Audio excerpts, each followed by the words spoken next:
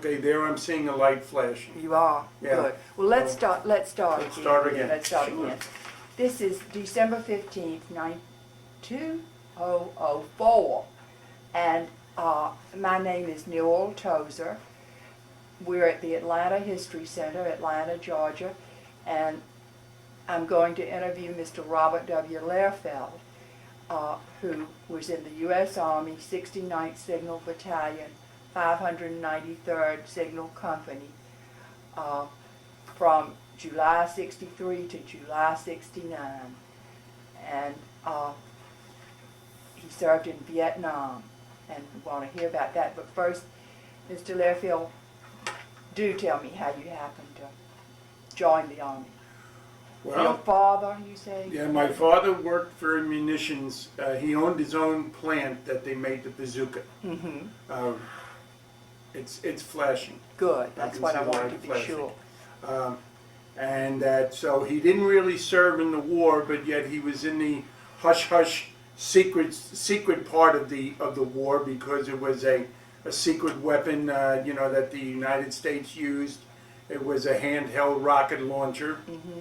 and so he made the actual weaponry of the thing, not the thing that shot it. He made the bazooka ammunition, Okay. and What so they shot? what they shot off.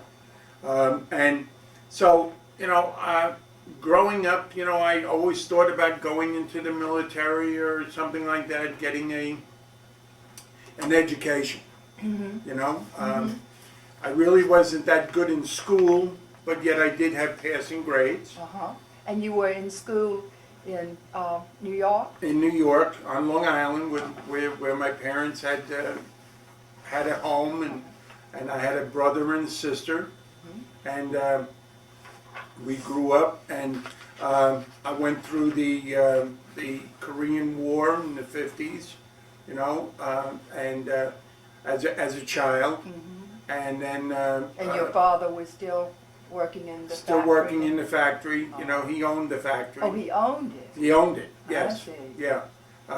And so we had a good home life, Mom was a housewife, and so we went off and into high school, and we're doing our thing. And Are your parents still alive? no, my mother is. She is. My mother is 89 years old. She's still alive. My father passed away in 1970. So when it came time to graduate high school, I didn't know what I wanted to do. I didn't know if I wanted to go to college. I didn't know if I wanted to go in the military or whatever. So I chose the military. Good. At the time, Vietnam was not an issue. I don't think that would have made a difference. This was 63? 1963. And soon after, You were about 19? I was 19. 19 years old. 19 years old, and soon after and being in the military, President Kennedy was assassinated. I was stationed. November of 1963? Yeah, I was stationed at Fort Dix, New Jersey, and You had joined the military? I joined the military The by Army. then. I was joining the Army, and I was going through basic training. Did any of your friends join the Army at this No, time? no, everybody, I don't know, I just decided to go in myself. Other friends later on went in under the buddy system where they served together and that type of thing, but I went in on my own. And, Are we still flashing? yep, it's still flashing. Good. I made some very good friends, Yes. that we went through basic training with. My problem is that I don't remember their names. Oh, that's too bad. Yeah, it's too bad. I don't remember their names. I very vaguely remember faces, but names Don't come back. don't come back. Where did you go through basic training? In Fort Dix, New Jersey, At Fort Dix. I was fairly close to home, and After Fort Dix. Could you go home some weekends or something? Went home, yes. In my 5th week of basic training, went home and visited the family. Was very happy to see them. But military life to me, I accepted it very easily. I like being away from home. I like being on my own. This is my son. I want you to meet him. This is Brent Tozer. This is Mr. Lehrfeld, Mr. Robert Lehrfeld. Brent is going to help me Brent, interview nice and meeting talk you. to May I him. join you? You may. Yes, you may. Mr. Lehrfeld was in the Army, in the Signal Corps, and was in Vietnam. And this is the first, this is the first Vietnam veteran that I've interviewed. Come sit over here, Brent, so over here, so you Wherever can- Mr. Lehrfeld suggests. well, wherever. It's, that's great. Glad to have you here and help me, please. So, he enlisted after high school in the Army because he didn't know exactly what he wanted to do, and this seemed a good option. And that was in July '63, and in November Kennedy was murdered, assassinated. And he went immediately to Fort Dix for basic training. Basic training. And then went through basic training in AIT, advanced infantry training, which was whatever job I basically wanted to do, which was field communications, you know. So from there, I went to Okinawa and was stationed in Okinawa From Fort Dix. From Fort Dix to Okinawa. I was stationed in Okinawa for 18 months, and I re-enlisted to go back to school, and I didn't want to be in the field anymore. I wanted to be in the rear. Don't know, blame you. But yet, war was not anything mentioned. Vietnam had not come in the picture. You heard little bits and pieces of Vietnam, but nothing really major. And I was in fact, I was stationed in Okinawa when President Johnson sent the 1st Marine Division and the 173rd Airborne Brigade to Vietnam. They were the first combat troops to be sent to Vietnam. And this was in 1964. He sent them over there. And Vietnam was now a battlefield. Everybody wanted to go. And Really? everybody wanted to go. We wanted to participate. Scared, had no idea what we were getting into, but war was something that the military induced in you. You know, they talked about it. Everything on the training field was, you know, gung-ho, you know, kill the enemy, protect yourself at all times, you know, don't let your guard down. You know, these were all things that were drilled into you. So when you were sent off to war, when the time came, that you were ready, at least combat ready, to a point where you could survive, you know, until you got a little more training underneath you to be. So I went back and I re-enlisted in the Army. You know, in communications, I stayed in communications. And soon after, upon graduation, which was almost 20 months worth. From when you had originally enlisted? Yeah. In '63? In '63, about 20 months of schooling that I was guaranteed to be back in the United States, and I was stationed near home. I was stationed in New Jersey to be at home, and I was home on regular weekends and this type of thing. But once upon graduation, the sky was the limit.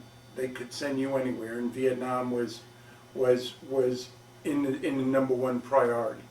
They needed people, they wanted people, and so in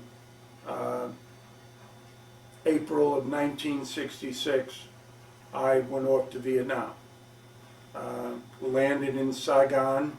From Fort Dix. From Fort Dix to, well, first I went to California and was processed out of Oakland Army Terminal, and then flown over to Vietnam from Oakland Army Terminal, and landed at 1 o'clock in the morning.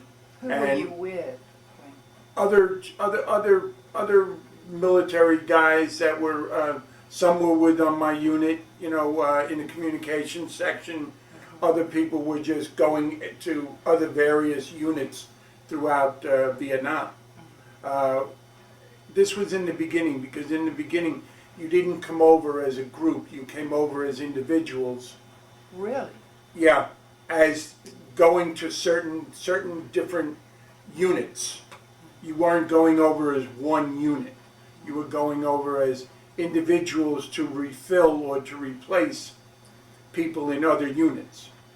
And so that was basically my job. There were about 5 or 6 of us that were going to one specific unit. We had no idea what the unit was. All we knew it was communications. Who knew? No one knew. You know, the minute we got there, you know, we landed. There's military police with M60 machine guns, with bandoliers of ammunition hanging off their neck, and with rifles loaded, ready. And here we are in complete military uniform, no combat gear, no nothing, in country, and I'm scared. I'm really scared. Sure. You know, and having no idea what I'm facing. So off we go. We were put on a bus and taken to Long Ben, Vietnam, which was a processing center to be reprocessed to the individual units that we were going to be sent to. And this is where I ended up with the 69th Signal Battalion, 593rd Signal Company, that was stationed in Tan Son Nhut Air Force Base in Saigon, which turned out to be General Westmoreland's headquarters at the time. Really? Yeah. And just to back up, Long Bien? Long Ben. Long Ben. Is that a Vietnamese name? Yeah, they're all Vietnamese names. Cho Lai, Chu Lan, they're all Vietnamese names that we just knew as that was our base camp, and where we worked. But basically, you know, I would tell anybody who asked, you know, where I'm working, I'd say Tan Son Nhut Air Force Base. You know, where I actually lived was in a villa out the back gate, and it was a compound that the military had taken over, and we had made rooms for individuals and, you know, bunks, you know, and set us up in this company. You know, supposedly at the time, in 1966, we were the largest single company of its kind. Normally a company is maybe 200 or 300 men. We were over 500. All in communication? All in communications. We basically, what our job was to run the communications both in and out of Saigon to all branches of the service up and down Vietnam. Da Nang to the north, Chu Lai, these were all names that rang a bell, you know, that I remember saying that, well, we have a microwave shot to Da Nang or something to that effect, and it might be going down, or so we'd have to work on that specific telecommunications line to there, out of Saigon. And so it was all kinds of communications, telephone, microwave, radio, anything I'm leaving out? No, at the time, that's all basically we had. You know, voice, landline, telephone, microwave, which was telephone, but yet it went long distances, Morse code, you know, units, people sending Morse code back and forth from units in the field, you know, would come back into us and be filtered for intelligence operations or whatever. We never saw what the information was. We just had to make sure the equipment was working, you know. Each day, and it was a 24-hour-a-day job, 7 days a week. You know, you get a break, but it was all business. There was time to have fun. You know, I admit, you know, you did get a chance to relax. Good. You know, Thank heaven. and we had an EM club in our compound that they served alcoholic beverages or beer, you know, and This is enlisted men's club. enlisted men's club, you know, that you could go in if you weren't on duty or anything to that effect, you know. It was basically the only real means of enjoyment, you know, because you couldn't go downtown, you know. To Saigon. Into Saigon. If you wanted to, you could, because at the time there was no curfew, you know, if you did, but I didn't want to go downtown. I was too afraid, you know, because you'd hear of bombings going on or anything else like that. I remember one instance when I did have to go downtown. We went down in a truck, you know, a 3/4 ton pickup truck, and we had business to take care of. And we passed this intersection, and it was completely roped off. And there was a military truck, all Vietnamese soldiers, and we found out that at the other end of the block, there was a blockage there too. This is how they recruited the Vietnamese people. They'd stop, check you for papers. If your papers weren't up to order, you were told to get on the truck. You were now enlisted in the Army. That's the Army of Arvin, the Arvin. Army of South Vietnamese. You know, the military of the South Vietnamese people. That's how they recruited. Of course, they had people come in, you know, that wanted to be in there, but a lot of them didn't want to, you know. But this is how they recruited. If your paperwork was not up to date, They kidnapped you. They kidnapped you, and you were not told your family or anything. Only if someone was there with you, who might be able to tell your parents that you were inducted in the Army. Well, then they know where you were. But other than that, you didn't know. And I always thought that was a heck of a way to run a country if you're looking for people to defend your country, you know. But again, we were there, and we had a job to do, you know. And I loved my job. You really did. I really did. It's communication. Communications, but I loved the military. I loved the idea of that you earned your rank and you moved up through the chain of command. You know, you were. I thought I always was a sharp soldier. I always had pressed uniform. I wanted to look the part. You know, I was proud. I was proud of the uniform, and proud of the job that I was doing. Even though you look at it, and sometimes it's a tiny little job, but it was my job. You know, that's the way I looked at it. My job, and I met General Westmoreland on different occasions because he'd ask questions on his communications. You know, that went all over Vietnam. He had at the time 21 generals working for him underneath him. That many. Yes, they were Air Force, Marines, Navy, Army, Coast Guard, You know, they were of all branches. I guess that leads me to a question. Was your work with communications in the Army for the other services as well, for Navy, or, I mean, did they use the same infrastructure or different?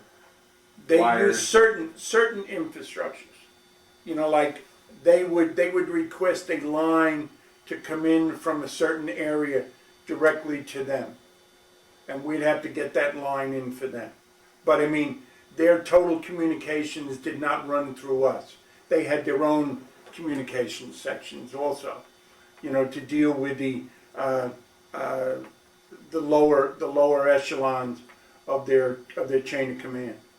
You know, I know in one section, this was a little ironic.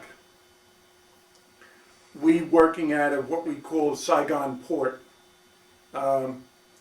It was we had a switchboard that generated all the communications in and out of the port itself, of shipping, of transportation, what was coming in, what was going out to be shipped to the different units. And we had a section that was to the Navy boats, the Navy PT boats, the shore patrol boats that they used over there. And it was 13 miles to get to them. And it was 13 miles through actual VC country. And 8 to 5 was our time to go. They would let us go. Travel that 13 miles. 8 in the morning till 5 in the afternoon. It was a gate that we had to pass through. In the morning, that gate would be up. That means it was okay for us to pass. And at night, that gate would be down. You don't go past there because that was VC country now. VC, and you could see them off on the sides, sunning themselves or in the shade, you know, in the fields, in the rice paddies and that type of stuff. They didn't bother us, you know. But at nighttime, that was their time, and we didn't bother them, and they didn't bother us. Really? Yeah. But this is still early in the This conflict. is still early. This is early. This is 1965. You know, this is before Tet offensive, when the North Vietnamese sent troops down. This was before the bombing of the B-52s over North Vietnam and everything. Mm-hmm. We were basically just fighting within South Vietnam. You know, I think one of the true military movies that came out of all this was And We Were Soldiers. It was a movie of the actual 1st Cavalry, that they first used helicopters in 1960, in the late 1960s, when they developed helicopter assaults. And that was one of the truest movies I've ever seen that I could sit through. There are a few that I can't sit through, that I don't bother going to, because it brings back just too many memories. You know, I didn't see any harsh combat, but I did see combat. You know, and flashbacks are a big part. You know, and they can be triggered anytime, anywhere. And traffic accident on the side of the road could trigger it, because you didn't know if that was a dummy accident that would make you stop your convoy to help the Vietnamese and find out it was an ambush. Mm-hmm. You know, because that went on a lot. You know, when you traveled very quickly. You let nothing stop you. You kept your weapons cleaned and well oiled, and because this was your life, you know. What sort of weapons did you carry? I carried an M14 and an M16. I started off with an M14 and then went to an M16, and I'd go to sleep with it, because you never knew. you know, of what might happen, when you might get raided, you know, this type of thing. There were things on Tonsanute Air Force Base from where our compound was, our communications compound was situated in the back gate of Tonsanute. And there were these Quonset huts off to the distance, but you could see they were Quonset huts. A Quonset hut was just a building, temporary, quick, throw together building that was like a half moon. I've been in them. Okay.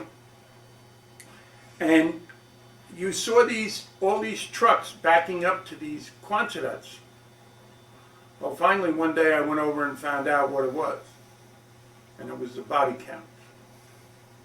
It was the morgue of the bodies being brought in from all over Vietnam to be flown out of Tonsanute to be sent home for the burial. And if you know the count, there were over 59,000 people killed in Vietnam. And to see this go on a daily basis, began to wonder, you know. I know for a fact that when I came home, after I came home from Vietnam, that I found out that what we were hearing on the news was not the true picture that was being painted of actually what was happening, because of the fact of that I felt, or I was told, that it would have been too much for the American people to hold on to. You know, when they said light casualties, they were heavy casualties. And heavy casualties meant that maybe everybody was wiped out or close to it. And, you know, to hear this and to fight the protests that were going on back home was pretty scary. You know, I know when I came home from Vietnam, I was spit upon. I was treated as a baby killer. And I more or less went back inside me to not be proud of that I served in Vietnam, that to be quiet about it. You know, because... This was because the American public had turned against it? Yes, yeah. Yeah, the American public had turned against it, and yet I believed that I was doing what my country wanted me to do. You know? And I didn't mind serving. You know, I was doing a job, and that was basically it. It was a job that I knew eventually that would be over with, and you know, but the memories live on. I mean, I came home in 1967, and so then you were there from 66 through 67. 66 through 67. A little over a year and a half because of in Vietnam, because of the fact of that being in individual communications, to get a relief was very hard, because by now, in 1969 or 1967, and because the Tet Offensive was beginning in the end of 1967 and 1968, that everybody basically was coming over as an infantry. Whether you were Marines or Army, you were handed a rifle and sent to the field. So to get a replacement was very hard, and that's why I spent from actually April of 66 through December of 67 in country, because I couldn't get a replacement to bring me home. And when I did, I jumped. I jumped at the first chance I could, because I didn't know if I would make it home, you know. And it's... You mean you were responsible for getting a replacement? Yes, I was responsible for getting a replacement. And I found one. I got one. I mean, you know, we were always listening or watching the airplanes coming into Long Bend. to the replacement center and watching for people. Because I was not the only person, you know. There were other people involved, you know, in trying to get home at the same time, you know, when we did get ready to come home, you know. It was a true experience. I mean, you know, the people were ravished. The country was ravished, you know, with corruption, you know, and we were there trying to put some stabilization to Vietnam, you know, along with fighting the Viet Cong or the North Vietnamese, trained soldiers, you know. It was a 360-degree battlefield, you know. It wasn't something that you went from south to north or east to west or vice versa. You didn't know who you were fighting, you know. There were children that they used as booby traps. You know, they would use anything and everything to help their cause. You know, whatever it took. You know,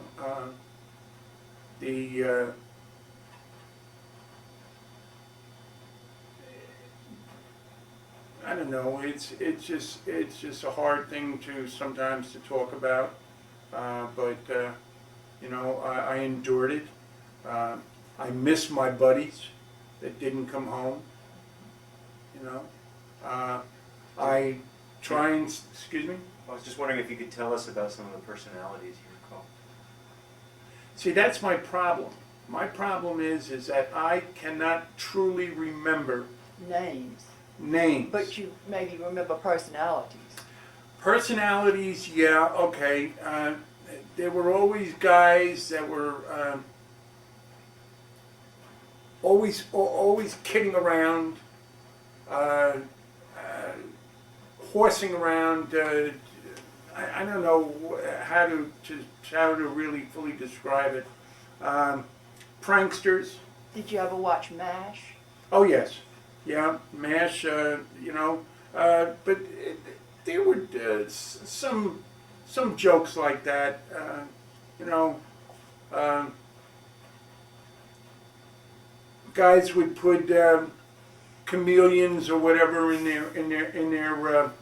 their tents.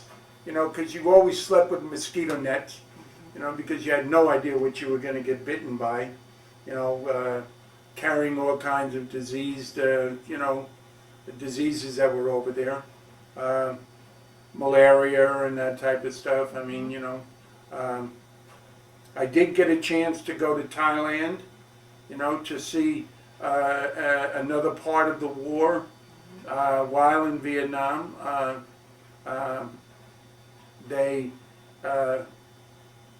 Thailand was a country that was in support of Vietnam. We had bases in Thailand that we flew out of to help bomb positions in Vietnam, but we did some training over there in Thailand for communications. You know, certain aspects of it, certain switching equipment that needed to be trained on. That you know, so we could send people over there to learn more, and always be on the newness of it. You know, because things were changing so quickly. You know, The technology? Or technology. The war as well? The technology. We were always getting new equipment and would look at it and say, okay, what do we do with this? You know, new microwave equipment that would speed up the communications and that. I remember one time we did have a big problem with our generators. And no one knew how to align the generators to the communications to balance it out. But basically the term was to bring it online. And basically what was the generators were running at one level, communications was running at another.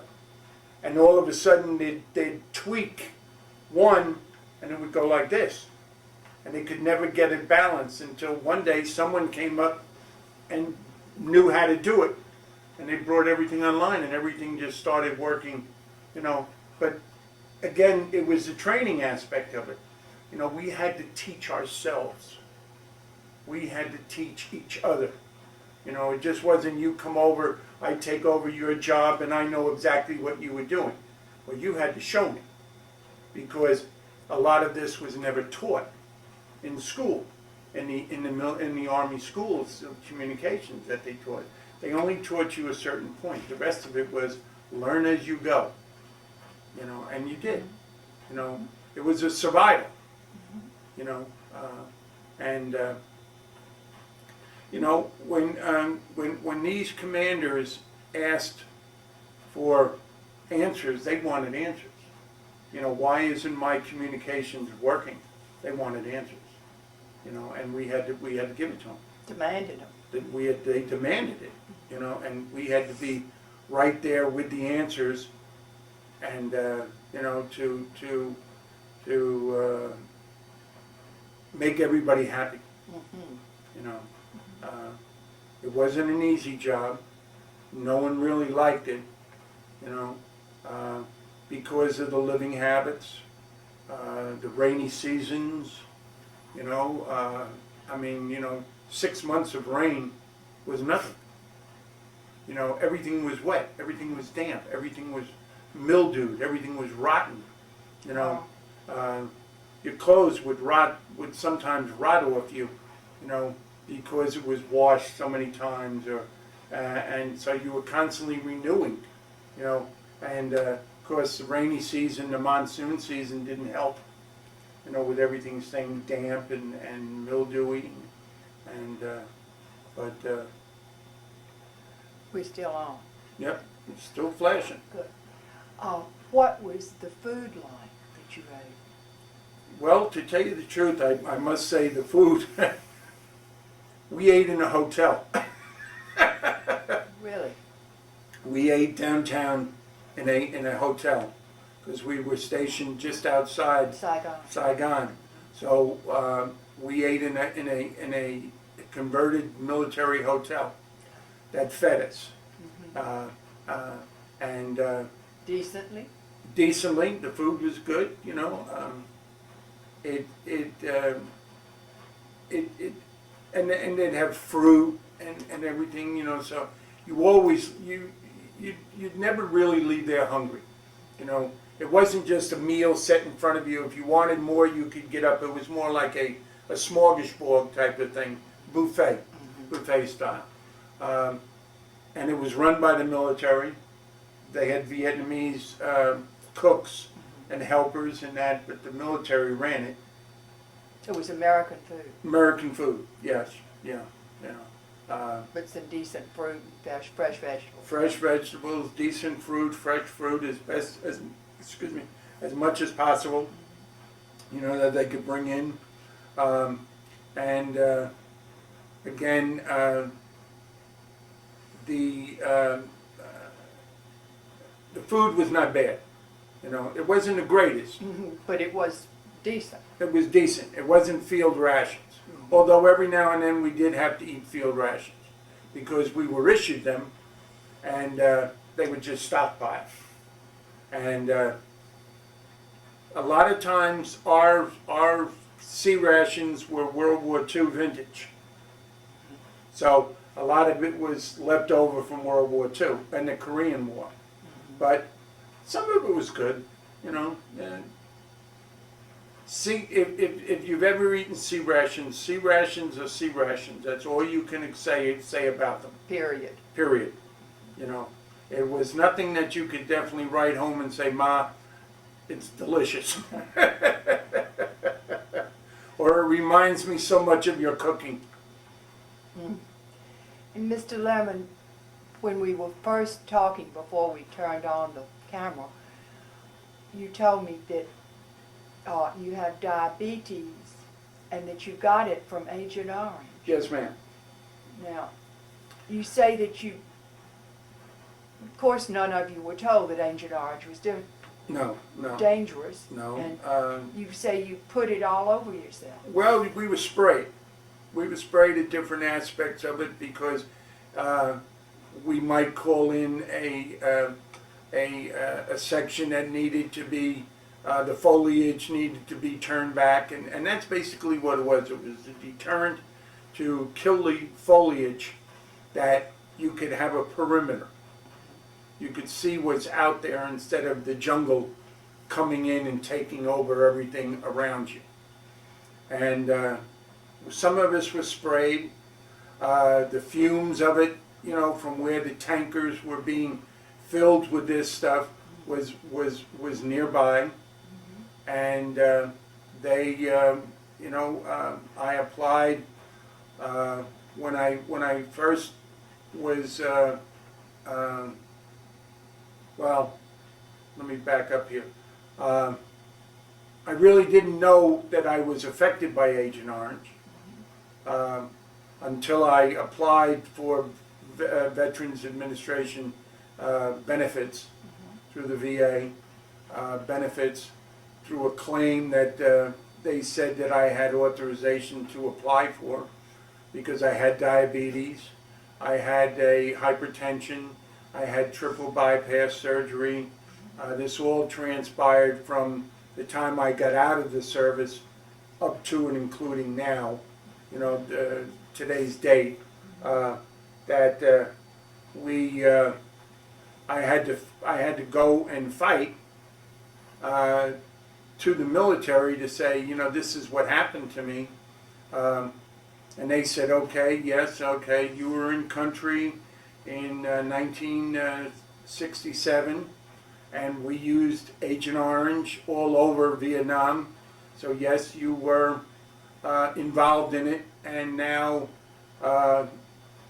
20 years later, or 30 years later, you've been diagnosed with diabetes, which is a common factor with Agent Orange. People have been affected with Agent Orange. So they said, okay, we'll agree to that. You know, that they gave me that. And then on the rest of it, my hypertension, the loss of my right leg. I lost the right leg due to diabetes. That this was all contributing factors to bring me to 100% disability through the VA, which now gives me my hospitalization. But it was something I had to fight for. I thought that was very tragic, you know, that even though they knew I was in Vietnam in those dates, because I have proof of it through my discharge papers, Of course. that I had to fight for this right to be given medical treatment. And so I just thought that this was something that I didn't want to do, but yet if I wanted to get help, I had to do it. And so I've been fighting for it, and I go to the VA hospital in Decatur for treatment and of all my ailments, and you know, that a lot of this hasn't come into being until after 25, 35 years of after being in country, you know, in Vietnam.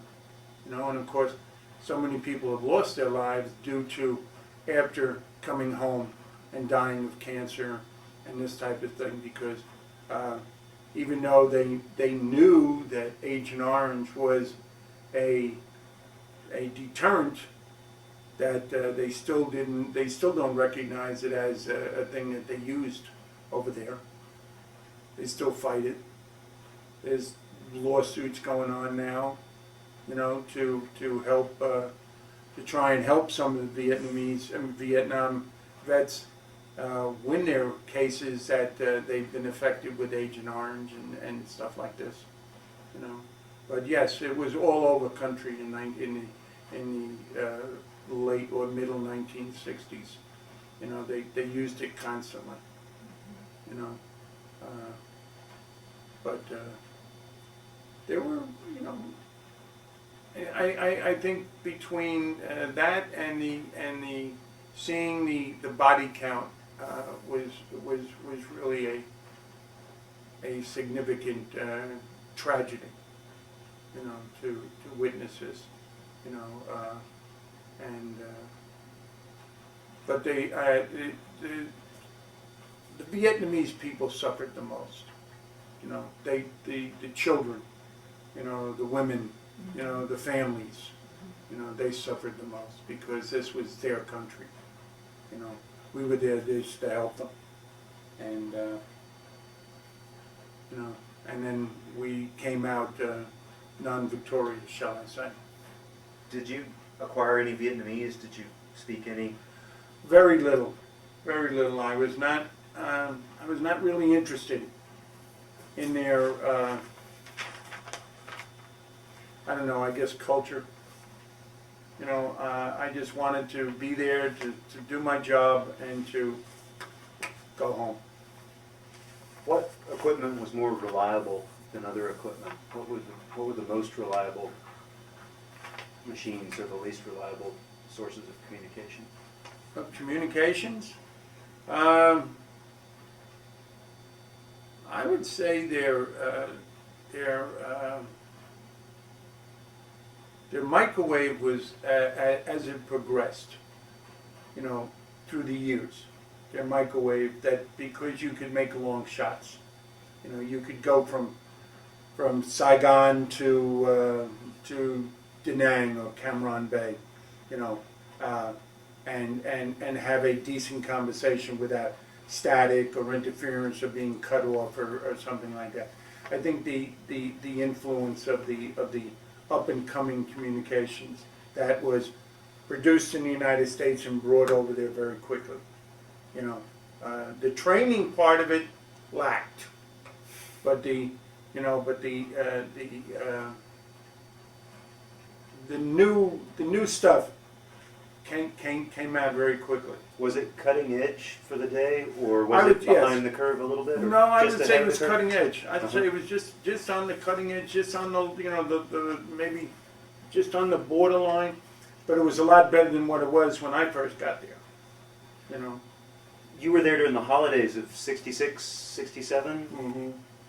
Are there any images from being away at the holiday season, being in country at that time? I always missed home. Yeah. You know, I have to say that. We had we had a Christmas party at the EM Club. You know, they would get a talent show to come in and put on a show, that type of thing. I remember now in I forget now. I'm trying to think of what year it was. I think it was in '65. I got to see Bob Hope in Tanzania. He flew in with his talent show, Christmas show, and I thought that was really intriguing. You know, that again, you know, you heard so much of Bob Hope going here, going there, and World War II, Korea.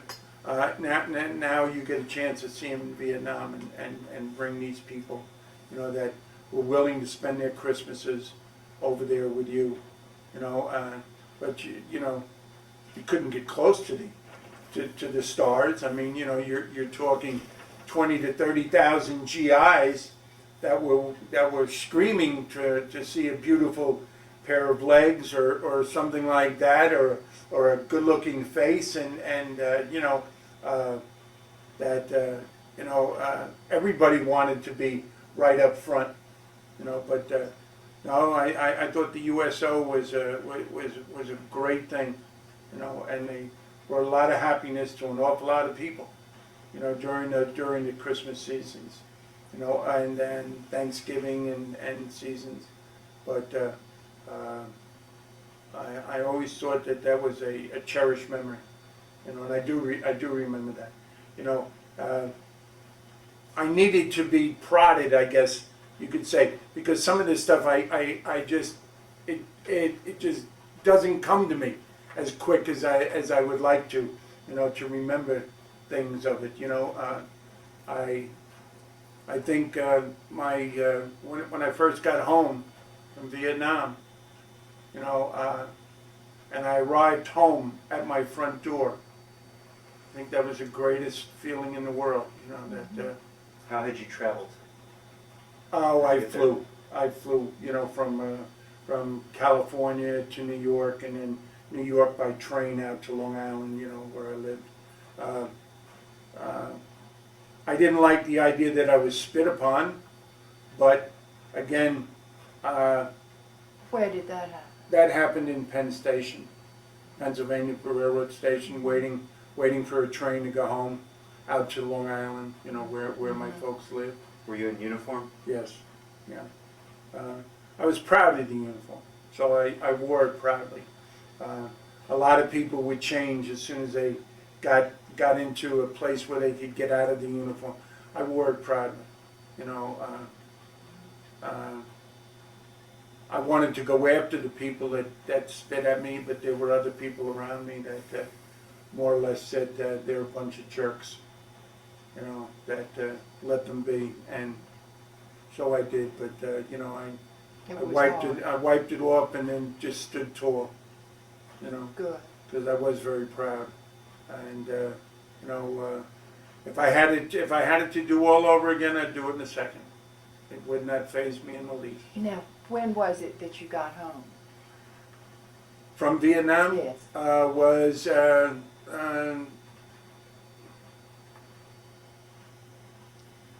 early December 1967. 67. 67, and I was able to spend Christmas at home Wonderful. before I was sent to Alaska. Okay. And then the Army sent you to Alaska? Yeah, the Army sent me to Alaska. I went from the fire to the frozen, but it was another job. I looked at it, and I did not want to go back to Vietnam. So they told me basically when I got to California that if I did not want to go back to Vietnam, because I only had I had a year and a half left on this enlistment, and that if I did not want to go back to country, I had to stay out of country. Meaning country was the United States. There were plenty of places to go in the United States, but a lot of them, all their people were being sent over to Vietnam, so you'd just be thrown into the group and sent back over. I didn't want to, so that's why I chose Alaska. I couldn't go to Germany because I needed 24 months time to go to Germany, and I only had 18. So I figured, okay, I picked a place that would take me at 18 months left in my enlistment, and that was Alaska. So I spent my last 18 months in the service in Alaska. Where were you sent? I was sent to Fairbanks, Fort Wainwright, Alaska, and deep in the heart of the tundra. But the summers were nice. You know, we had 1 or 2 months of warm weather, but the rest of it was cold and chilly, and the land of the midnight sun. They did not lie about that. You know, where the sun never set. But I guess what it was too was a chance to just unwind from the pressures of war. You know, that I was able to relax. I got married in Alaska. My wife was from the United States, but she was not, you know, of an Indian. She was not from Alaska. Well, elaborate. Tell us more. How did you meet? Well, we met when I was on leave, and I told her, I said I didn't really want to get involved because I still had time left in the service. So I decided that let me go to Alaska, and we'll converse while I'm up there, and one thing led to another, and I guess we both couldn't wait. We didn't want to wait for any length of time, 18 months or whatever. So I put in for a leave, and I came home. I flew home, and we got married on June the 9th, 1968. and we returned, we drove back to Alaska. My wife and I, we drove up the Alcan Highway up to Alaska and started at milepost number 1 in Dawson Creek and went all the way to the end in Fairbanks, Alaska. In the summertime, we saw wild horses, we saw bears, we saw mountain goats, we saw a little of everything, you know, and but it was an experience. And our first child was born in Fairbanks, our daughter, who is now 35 years old and living in New York on her own. You know, she's a young woman and in business and whatever. And I ended up having 3 children altogether. A daughter, like I said, who is 35. I have a son who is 30 and another son who's 28. And they're all off on their own, dealing with life today. My first wife passed away. She had an aneurysm, and I got married again in 1967 to my present wife. And she is in her master's degree, master's program, trying to get her degree in social work. And we've been married for 7 years. 67 was shortly after you came home. So. Yes. Yeah. I got married in 68 Okay. to my first wife. Your We've been first married wife. for 23 years. All right. And then she passed away. And but everything was. I've had 2 great lives. I've had the fortunate of having two great lives. The first 23 years, and then the second 7. You know, but I'm quite happy today. You know, I'm dealing with a handicap, but I can get around. I can walk due to the VA and their out programs, you know, to help me get through things. Were you able to continue working once you left the Army? Yes, I worked for the phone company for 24 years, and I was able to retire. And this was before anything really transpired. I mean, you know, with anything referring back to Vietnam, you know, but I worked as a telephone lineman, as a telephone deskman, you know, and so I was an installer, a repairman, you know, but I was in my healthy years, you know. Not saying that I'm not now, but I just turned 60, and I feel great, you know. And you have a child a daughter who lives I have here in Atlanta. a daughter who lives here in Atlanta who Good. just had her first child. Good, congratulations. Bella Marie. She's 8. I think she's almost 8 weeks old now, and Congratulations. she is she's a darling. And my wife takes care of her, helps out with the you know, with the sharing of the duties, because our daughter had to go back to work and whatever. But I think all in all, I'm quite pleased with my life up to this point. Good. So after you finished your tour of duty in Alaska, you said goodbye to the Army. I said goodbye to the Army in July of 1969. Got out, went to work with the phone company for the next 20, 23, 25 years, and then retired from them, and then was able to do what I wanted to do. Great. You know, and I'm quite pleased with you know, with everything that's turned out. Sometimes it's a little slow, sometimes it's a little quick, but it all comes about in its fair share. You know. How did you hear about this project, the Veterans History Project, Mr. Lemon? I heard it through a friend by the name of Skip Gray, who put me in touch with some gentleman, Jim Tanner, through the Disabled American Vets, and he put me in touch. Skip put me in touch with Ms. Westbrook, you know, who we set up this interview, and which I told her I was very, you know, would look forward to doing this, you know, which I thought was great, you know. I think it's a great idea. Well, we are so very grateful to you for coming for your interview, and we're so grateful for him telling you about it. And my son, Brent Tozer, helped with the interview. And is there anything, I think the film's going to be over a little bit, is there anything that you especially want to say, to add on? No, I think I'd just like to add is that if anybody views this and who can remember Vietnam and was over there in Vietnam and was with the 69th Signal Battalion, 593rd Signal Company, which I have not been able to contact anybody who was over there in that at this time and in that company and battalion.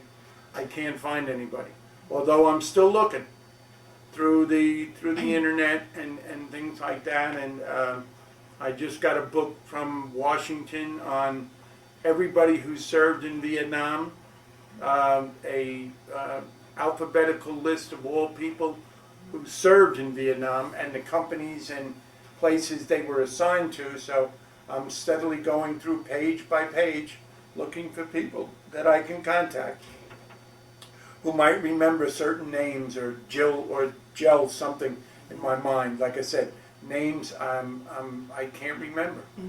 Faces vaguely, you know, but all in all, it's a blank. You know, I remember serving there. You know, Probably because you tried to blot out it all. I think so. I think I wanted to block it out. You know, just the terror of war. You know, I feel for these gentlemen that are in Iraq now. You know, that for what I went through, I hope they don't have to